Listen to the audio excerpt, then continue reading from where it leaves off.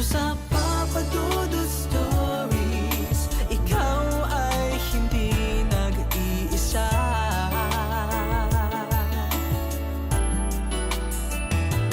Dito sa Papa Dudut Stories, may nagmamahal sa'yo. Papa Dudut Stories,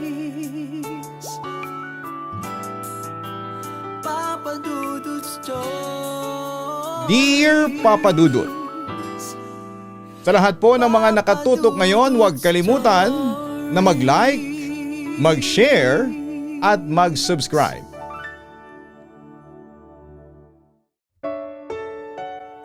Sa buhay natin ay may mga pagkakataon na dumarating tayo sa pagkakataon na minsan ay nabubulag tayo ng dahil sa problema at pag-ibig.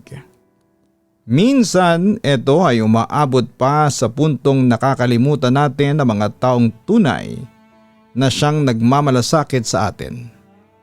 Dear Papa Dudut, itago niyo na lamang po ako sa pangalang Leilani, 37 years old at nagtatrabaho bilang isang personal secretary sa isang pribadong kumpanya. Kapag break time namin ng aking mga katrabaho ay madalas po kaming nakikinig sa inyong programa. Nang marinig ko nga po ang ilan sa mga istorya ninyo, ay naisipan ko ng why not na mag-share din ako ng aking karanasan sa inyong mga tagapakinig bilang isang aral na din sa kanila.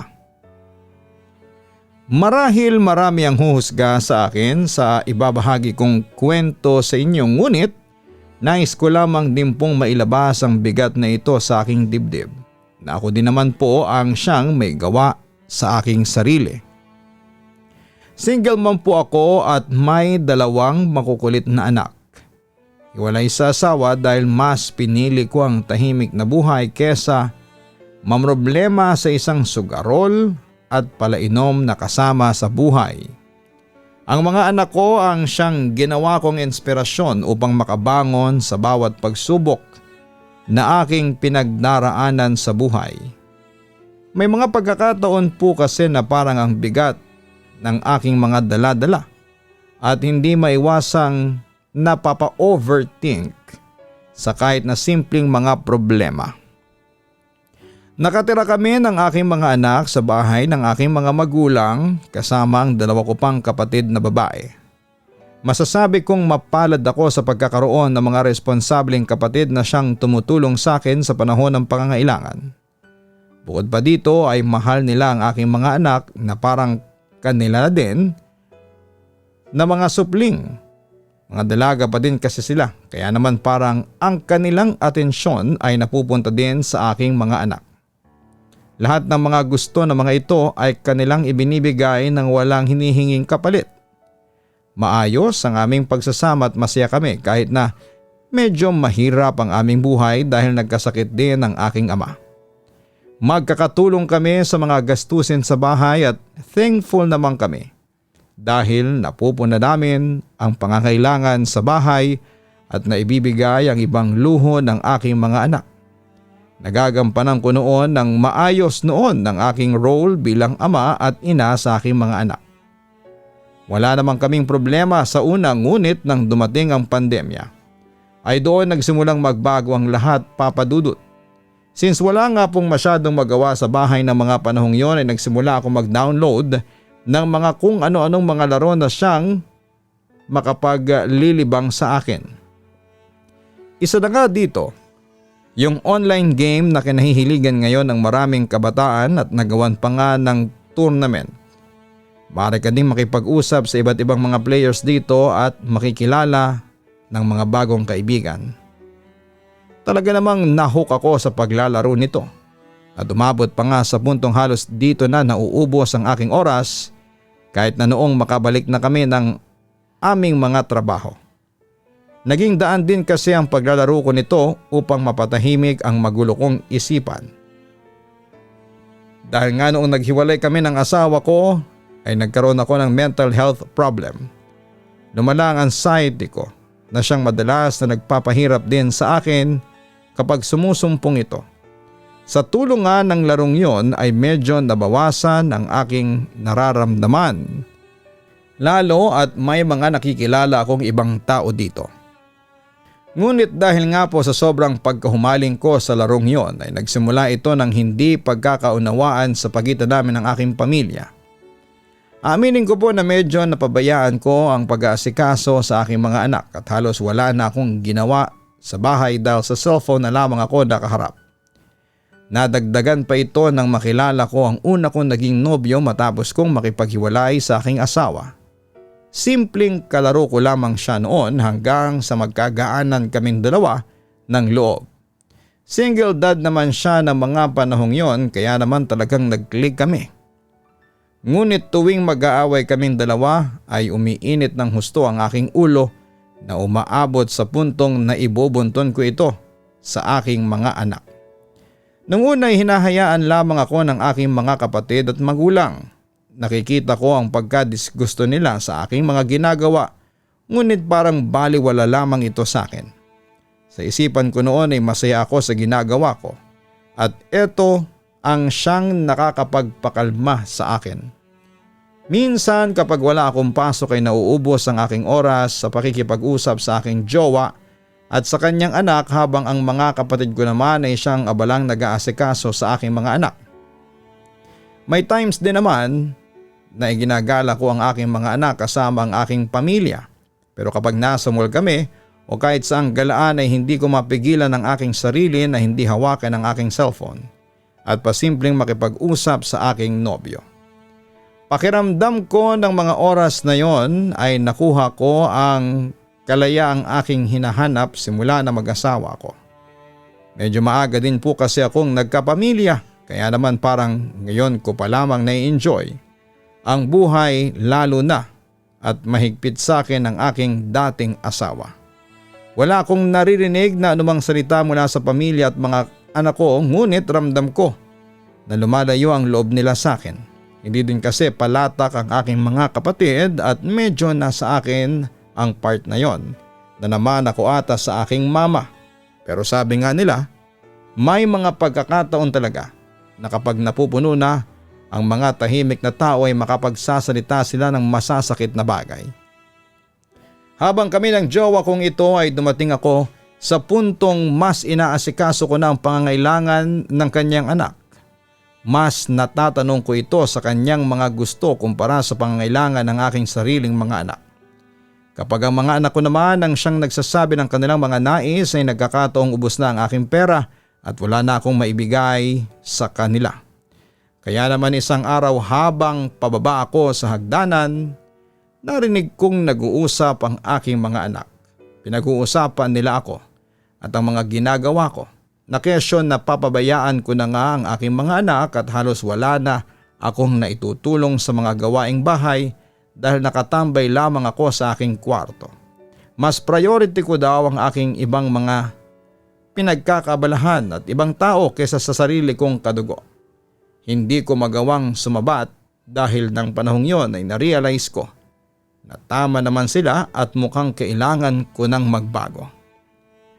Sa mga sumunod na araw ay bumawi ako sa kanila mula sa pag-iintindi sa mga anak ko at maging sa mga gawaing bahay. Naramdaman ko naman na kahit papaano ay medyo bumabalik na din ang kanilang tiwala sa akin at nagagawa na nilang makipag-usap ng tila hindi naiinis.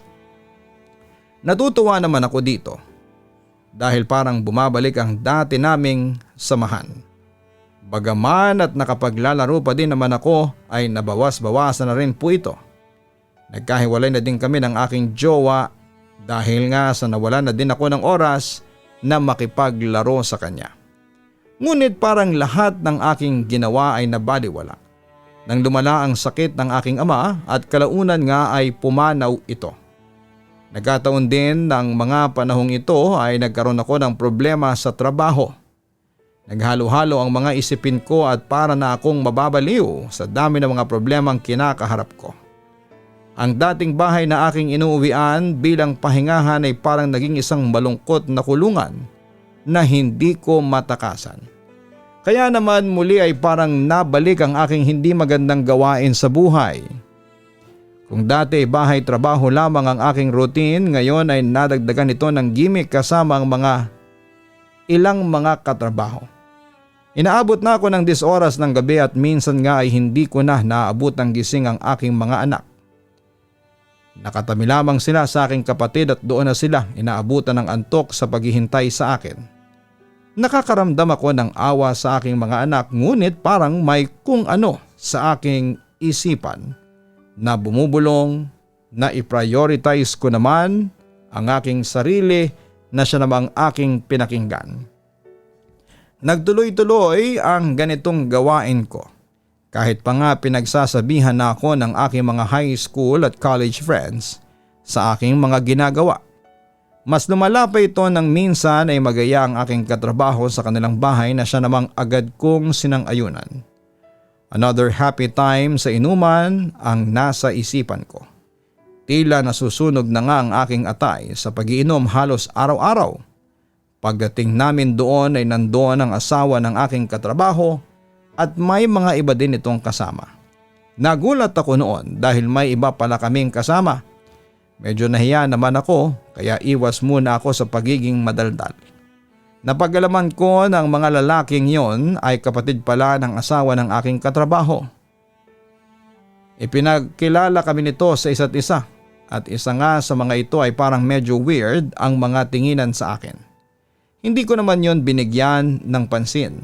Basta ang sa akin lamang ay mag-iinom lamang ako doon upang makalimot sa mga problema. Habang masaya kaming nagiinuman ay pansin ko ang panakanakang tingin sa akin ng isa sa mga kapatid ng asawa ng katrabaho ko. Hindi ko naman ito pinagtuunan ng pansin dahil hindi ko naman ito kilala upang kausapin siya at tanungin kung bakit niya ako tinitingnan. Mga ilang oras pa ang lumipas ay nakaramdam na ako ng pagkalasing. Kaya naman nagpaalam na ako na lalabas muna upang magpawala ng amats. Nakatulala lamang ako noon na maya-maya ay maramdaman ko na may tao sa aking likuran. Pagkalingon ko doon ay nakita ko ang kuya ng asawa ko ng katrabaho ko na itago na lang natin sa pangalang Kay. Nakangiti ito sa akin noong una nga ay naisip ko na ano nga ba naman ito. Masyadong feeling close. Tinanong niya ako kung bakit nakatulala ako sa labas at bakit daw nakasimangot ako. Sayang naman daw ang ganda ko. Hindi ko alam kung kikiligin ako o maiinis sa sinasabi niyang ito dahil hindi ko naman trip na makipaglandian sa kanya. Hindi ko siya sinagot at nagpatuloy lamang sa pagmo-moment ko. Tumabi sa akin si Kay pero hindi ko pa din siya pinansin. Hinayaan ko lamang siyang magpahangin din doon dahil noong una ay hindi ko naman pagmamay-ari ang balkonahe sa labas kaya sino ba naman ako para pigilan siya. Nang mag-uwian ay nagalok si Kay na ihatid ako pa uwi pero tumanggi ako. Akala ko yun na ang huli naming pagkikita pero nagkakamali pala ako. Nang minsang magkayaan ulit kami ng aking mga katrabaho na mag-inom ay sumama ulit sa amin si Kay. Napag-alaman ko na naglalaro din pala ito ng noong tinigilan kong laro na. Kaya naman nang magkayaan ng mga ito at nalaman na naglalaro din ako minsan ng larong yon ay isinali nila ako. Parang naging daan ito upang magkalapit kami ng loob ni Kay. Bukod nga sa inuman ay naging kabanding ko din siya sa paglalaro. At hindi nga naglaon ay nagkamabutihan kami. Alam nito na may mga anak na ako at single mom din ako. Naging sandalan ko siya sa aking mga problema at siya ang madalas na nagpapakalma sa akin sa tuwing may pinagdaraanan ako. Bagaman at hindi pa kami nagtatagal ay naisip ko na nadalhin na siya sa aming bahay at ipakilala ito sa aking pamilya. Kabado noon si Kay dahil baka hindi siya magustuhan ng aking pamilya. Lalo pa nga at hindi kami okay ng mga ito. Kinaiinis kasi ng mga ito ang halos araw-araw na pag-iinom ko at pag-uwi ng madaling araw. Kapag sumasama nga ang aking pakiramdam ay parang sinisisi pa nila ako dahil umano sa pag-iinom ko at pagpupuyat kaya naman binabawian ng mga habit kong ito ang aking katawan. Sa isip ko noon ay wala silang alam sa aking pinagdaraanan sa buhay kaya naman wala silang karapatan na pagsalitaan ako ng ganito. Pinakalma ko lamang noon si Kay at sinabi dito na huwag magpadala sa mga sasabihin ng mga ito dahil hindi naman sila ang magkarelasyon. At gusto ko lamang din na makilala siya ng aking pamilya upang maging legal na kami at masabi sa aking mga anak na ito ang kanilang posibleng maging bagong daddy. Pagdating namin sa bahay ay medyo nagulat ang pamilya ko na nagdala ako ng lalaki doon. Maayos naman silang pinakiharapan ni Kay at kahit papaano naman ay maayos din siyang pinakiharapan ng aking pamilya. Ramdam ko na medyo ilang sila sa aking boyfriend pero wala naman akong pakialam doon dahil ang mahalaga lamang sa akin ay legal na kami. Mukhang kinatuwa naman ni Kay na hindi siya binastos ng aking mga kapatid at anak. Kaya naman nagaya si Kay na mag-inuman kami habang nandun sa bahay. Medyo inabot na kami ng gabi noon sa pag-iinom at talagang lasing na lasing kami. Dahil alanganing oras na nga ng gabi na yon ay naisipan kong doon na patulugin sa bahay ang aking boyfriend. Bala ko sana itong patulugin sa kwarto ng aking ate ngunit tumanggi ang aking ate na ipaggamit ang kanyang kwarto. Palipating ko na lamang umano sa kanyang silid ang aking anak at doon kami matulog. Kasalukuyan ang natutulog noon ang aking panganay na anak sa aming kwarto. Medyo sumama naman ang pakiramdam ko, dala na nga din ang aking kalasingan. Kaya naman inis kong ginising ang aking panganay na anak at pinalipat ito sa silid ng aking ate habang ako ay doon na natili sa tabi ni Kay imbes na tumabi kina ate. Magkatabi naman ang silid namin ang isa kong kapatid at walang pintuan doon na humaharang. Kaya naman kitang kita ko ang pagkadisgusto nito sa ginawa naming pagtatabi ni Kay. Napaismid lamang ako dahil sa isipan ko ay siya nga ay nagdadala din ng boyfriend sa bahay bagaman at hindi nga lang sila tabing natutulog kaya anong karapatan niyang husgahan ako. Hindi ko pinansin ang mapang-usig na tingin ng aking kapatid at natulog na lamang. Ang ganong senaryo namin ni Kay ay nasundan pa. Kapag nasa bahay ay magkatabi kaming matulog. Mas lumala ang aking katigasan ng ulo at may mga pagkakataon na sinasama ko ang aking mga anak sa aming mga gala na may kasamang inuman kasama ang mga barkada namin. Alam kong may isip na ang anak kong panganay. Kaya naman nainis ito sa amin ng aking boyfriend dahil nga sa inaabot na kami ng 10 oras ng gabi at nasasama sila dito. Pagka-uwi namin ay narinig kong nagsumbong ang aking mga anak sa kanilang mga tiyahin sa kung ano ang ginawa namin. Rinig ko ang galit na usapan nila na pati ang anak ko ay ginagamit ko upang mapagtakpan ang bisyo namin ni Kay na pag-iinom. Nagbingi-bingihan lamang ako sa mga masasakit na salita na yon. Upang hindi na sila makapagsalita ng mga ganitong mga bagay ay madalas ko na lamang dalhin sa bahay si Kay. Doon kami nagwawalwal. Unti-unti ay nararamdaman ko na parang inaayawan na ng pamilya ko si Kay. But still, wala akong pakialam sa kanila. At iniisip ko lamang na masaya ako dito sa aking ginagawa kaya bahala sila sa iisipin nila. Ganito din naman ang thinking ni Kay kaya hindi namin iniinda ang lahat ng mapagkutsang tingin sa amin ng aking pamilya. Minsan nga ay napapaisip ako kung bakit ganito sila sa akin. Ayaw ba nila akong sumaya? Nawala na ako ng amor sa aking pamilya at maging sa mga anak ko ay nagagalit ako. Lalo pa nga kung nilalait nila si Kay. Ang anak ko kasing bunso ay may pagkaprangkang magsalita. Tinatawag nitong lasenggo ang aking boyfriend at ako naman, kahit alam kong may katotohanan ito ay pinapatahimik lamang ang aking mga anak at tinatakot ang mga ito na kapag nagpatuloy sila sa ganong panlalait sa aking mahal ay kalimutan na nilang ina nila ako dahil hindi naman sila marunong makinig sa akin. Simula nang maging boyfriend ko si Kay ay mas napalayo ang loob ng aking pamilya sa akin. Hindi ko naman ito pinapansin dahil parang kay Kay na lamang umiikot ang aking mundo. Pinipilit ko ang aking mga anak na magustuhan si Kay kahit alam kong tila imposible ito. Iniisip ko, na marahil ay nasulsulan na din sila ng aking mga kapatid dahil nga sa mas naging malapit na mga ito sa kanilang mga tiyahin. Kapag nasa bahay kami ni Kay ay sa may kwarto ko lamang kami nakastay at doon tumatambay. Minsan ay nasisita kami ng aking mga kapatid dahil kapag may ginagawa sila ay maingay kaming naglalandian ni Kay na siyang nakakapagpairita sa kanila.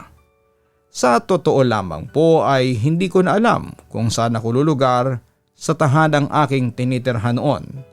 Pakiramdam ko ay wala na akong lugar dito at wala na akong aasahan sa aking pamilya.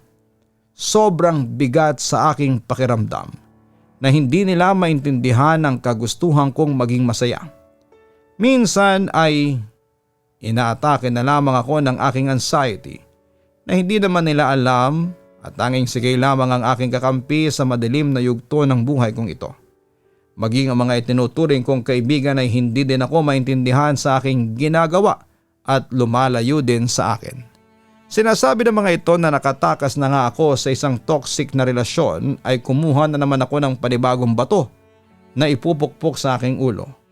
Mas pinipili ko na lamang kasi nakasama si Kay kumpara sa aking pamilya at mga kaibigan. Ang tunay lamang na nakakaintindi sa akin ay siya at ang aking mga katrabaho na all-out support kapag kailangan ko ng makakausap at makakainuman. Mas lalo pang sumama ang aking loob at parang nagtanim ng galit sa aking mga kapatid nang minsan ay pinagalitan ko ang aking anak ay bigla na lamang itong sumigaw sa akin ng sana'y hindi na lamang ikaw ang nagpaanak sa akin. Sana'y si auntie na lamang ang mami ko. Para po akong silaksak ng ilang kutsilyo sa kanyang sinabi. Bagaman at sinaway siya ng kanyang tiyahin sa sinabi niyang ito ay hindi ko maiwasang magalit at mainis sa kanila. Sa isip ko ay ano kaya ang tinuturo nila sa aking anak upang makapagsalita ang mga ito sa akin ng ganon. Tahimik lamang ako nang marinig ko yon sa kanyang bibig. Pero parang gusto ko na talagang mag-breakdown at umiyak na lamang sa isang tabi. Alam ko na hindi ko naibibigay ang mga bagay na gusto nila maging ang aking buong atensyon at ang tiyahin nila ang siyang nagbibigay nito. Pero hindi naman siguro tama na gano'n ang sabihin nito sa akin. Nang gabing yon habang tulog ng lahat ay doon ako napaiyak at bumuhos ang aking emosyon. Hindi ko na alam kung saan ako nagkamali sa kanila para itrato nila ako ng ganito. Sa isip ko ay parang napapatanong ako kung wala na ba talaga akong karapatang sumaya at bakit puro pighati na lamang ang aking nararanasan. Ginagawa ko naman ang lahat ng aking makakaya pero bakit parang hindi pa din ito sapat sa kanila. Akala ko ay eto na ang pinakamasakit na parte ng aking buhay ngunit isang pangyayari ang siyang nakapagparealize sa akin ng lahat kung bakit nangyayari ang mga ganitong bagay sa akin.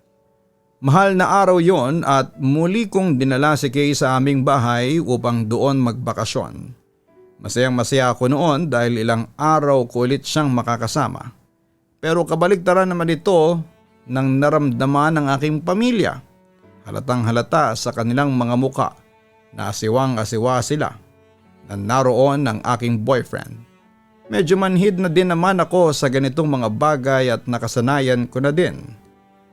Kinakausap naman si Kay ng aking mama pero alam kong pakitang tao na lamang niya ito dahil halata naman sa kanyang mukha na ayaw niya dito kumpara doon sa boyfriend ng aking isang kapatid na parang anak na niya kung ituring. Kapag nasa bahay si Kay ay pinapakita ko sa kanya na maasahan ako sa mga gawaing bahay doon. Ako lahat ang nag-aasikaso ng mga kakainin niya kapag nakaluto na ako ay talagang pinagsisilbihan ko siya. Samantalang ang mga kapatid ko naman ay abala sa pag-aasikaso sa aking mga anak. Sa unang araw ng pananatili ni Kay doon ay nagbiro ito sa aming mga bisita na dito na siya sa aming bahay titira. Tinawanan ito ng ibang bisita samantalang ang iba ay parang na-off naman sa pagkakasabi niyang ito. Nakita ko sa peripheral vision ko kung paanong umismid at sumimangot ang aking mga kapatid at anak sa sinabi niya ni Kay ngunit wala naman silang sinabi na kahit na ano. Sa ikalawang araw hanggang huling araw ng kanyang pananatili sa bahay ay puro inuman ang aming ginawa. Kumbaga pagsasaya lamang sa mahabang bakasyon namin sa aming mga trabaho at sa pagsasama namin ng matagal. Ngunit noong huling araw doon ni Kay ay dapat na magsisimba kami kasama ang aking mga anak ay tumanggi ang aking mga anak dahil ayaw daw nilang kasama ang lasinggero kong boyfriend at mas gusto daw nilang kasama ang kanilang mga tiyahin. Tila nabastos ako sa sinabing ito ng aking mga anak. Kaya naman hindi ko na napigilan ng aking sarili na sabihan ng aking mga anak na tigilan ang mga pambabasto sa bisita ko dahil hindi ko naman ginagawa ito sa mga bisita nila.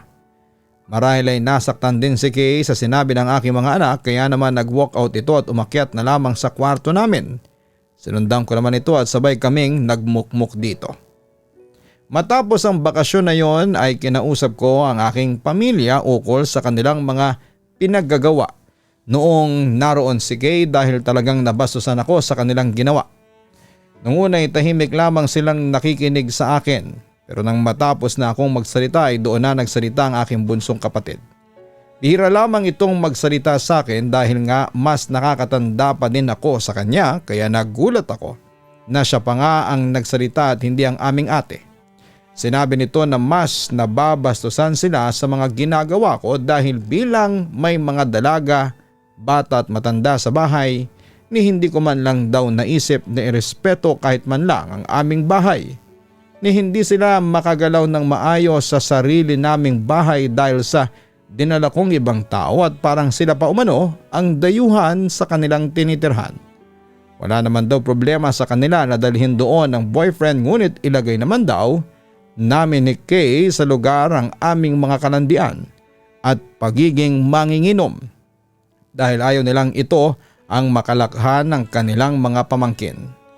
Doon ko din nalaman na sa mga ginagawa kong pagsasama-sama sa aking mga anak sa inuman namin ni Kay ay natuto na ang mga ito ng mga kung ano-anong hindi magagandang bagay na tanging sa mga tiyahin lamang nila sinasabi dahil nga napapagalitan ko sila kapag may sinasabi silang hindi maganda tungkol sa amin ng aking boyfriend.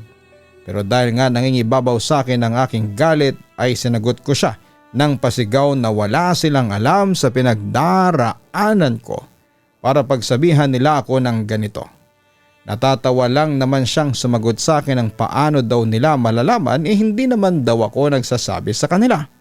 Mas gusto ko pa daw na mag-open up sa mga taong ang alam lang naman ay konsintihin ako sa mga maling ginagawa ko at hindi iniisip na may anak akong naghihintay sa aking pag-uwi.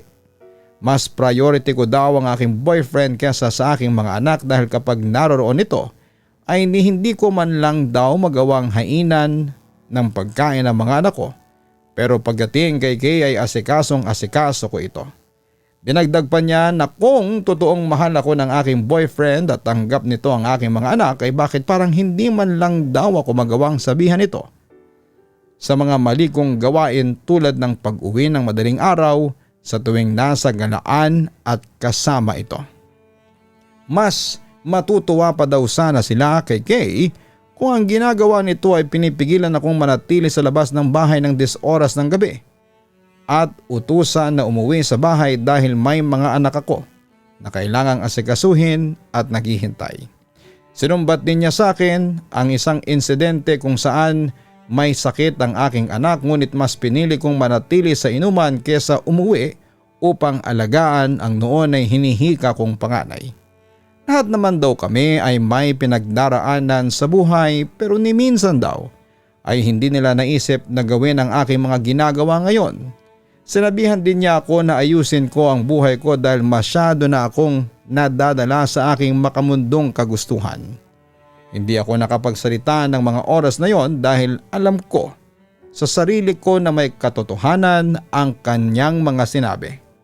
Na dahil sa pagiging lunod ko sa aking sariling emosyon ay nakalimutan ko na ang aking responsibilidad bilang isang anak, kapatid at ina sa kanila. Parang sinampal ako sa mga narinig ko at kahit papaano ay natauhan din naman. Matapos nga ng pag-uusap namin yon ay binago ko ang aking sarili at nagpakatino na. Ilang buwan ang lumipas matapos ang pagtatalo namin ng aking pamilya ay nagkahiwalay kami ni Kay. Ipinagpalit ako nito sa katrabaho niya na parang pagiging happy-go-lucky din ang alam. Medyo na broken heart ako sa nangyari dahil ang akala kong taong nakakaintindi sa akin ay isang huwad lamang pala. Tama nga ang pamilya ko. Kung talagang mahal niya ako ay hindi lamang pagpapakasaya ang iisipin nito kundi maging ang magiging bunga ng aming mga desisyon sa buhay. Hanggang ngayon ay hindi ko pa alam ang aking gagawin dahil hindi ko pa alam kung paano ko aayusin ang nasira kong relasyon sa aking pamilya at kung paano may ibabalik ang dati naming samahan na aking nasira. Bagaman at mas focus na ako sa aking pamilya at medyo nakakabawi na sa kanila, ay ramdam ko pa din na medyo may sama pa din sila ng loob sa akin na siyang naiintindihan ko naman. Alam kong mahirap nang maibalik ang dati, ngunit desidido akong ayusin ang lahat upang manumbalik ang masaya naming pamilya. Hanggang dito na lamang po ang aking liham, Papa Dudut, naway may natutunan ng inyong mga tagapakinig sa aking istorya at hindi na ako tularan pa. Lubos na gumagalang, Leilani. Madalas na ang ating pamilya ang siyang pangunahin nating nagiging takbuhan sa oras ng ating pangangailangan. Kahit ilang beses pa nga tayong madapa sa buhay ay sila lang ang siyang bukas palad na tutulong sa atin sa oras ng ating pangangailangan. Kaya naman ay huwag nating hayaan na ang simpleng mga kamalian ang siyang maging dahilan upang ang isang buo at masayang pamilya ay masira at pahalagahan natin sila habang sila ay nasa ating mga tabi pa.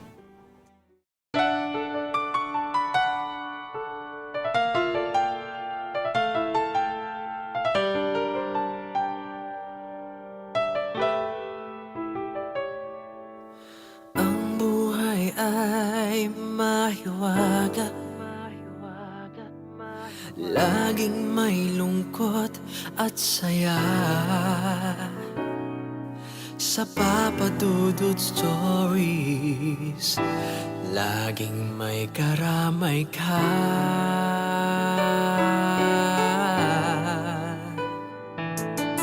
Mga problemang kay bigat, dito ay pakikinggan ka. Sa Papa Dudut Stories, kami ay iyong kasama.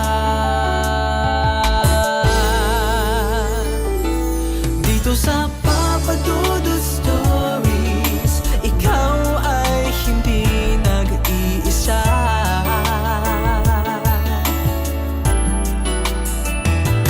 Dito sa Papa Dudut Stories, may nagmamahal sa'yo. Papa Dudut Stories, Papa Dudut Stories,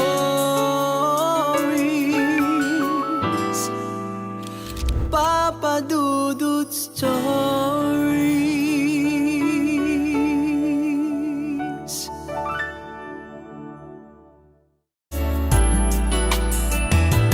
Dito sa Papa Dudut Stories, may nagmamahal sa'yo.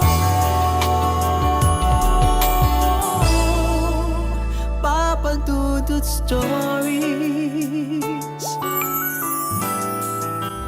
Papa Dudut Stories. Hello mga ka-online, si Papa Dudut po ito. Nag-enjoy ka ba sa ating kwento ngayong araw? Huwag kalimutan na i-share, mag-like at mag-subscribe. Maraming salamat po.